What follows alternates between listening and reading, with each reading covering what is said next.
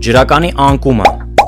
3 մասից բաղկացած հաղորդաշարում մենք մանրամասն ուսումնասիրեցինք, թե ինչպես թշնամին հարձակվեց 9-րդ պաշտպանականի 59703 զորամասի վրա եւ վերլուծեցինք մեր երկրորդ հրաձգային գումարտակի մարտական ուղին։ Բազմաթիվ ծնողների եւ պատերազմի մասնակիցների խնդրանքով այլևս քարտեզը լինելու է բաց բոլորի համար։ Կարող եք սկանավորել այս QR կոդը։ Ինչպես նաեւ նշեմ, մոտենում ենք Լելեթեփե բարձրունքին եւ ժամանակացույցը դնում ենք հոկտեմբերի 3-ը։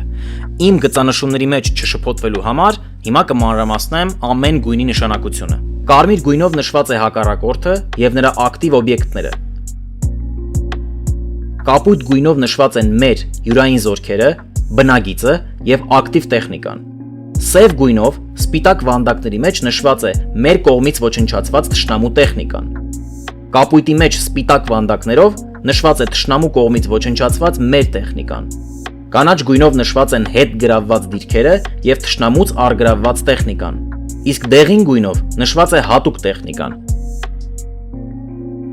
Սմերջը տեսնելու համար կարող եք ժամանակացույցը դնել հոկտեմբերի 30-ի վրա։ Դե ինչ ընկերներ, այլևս ամեն ինչ հասանելի եւ փաստերով։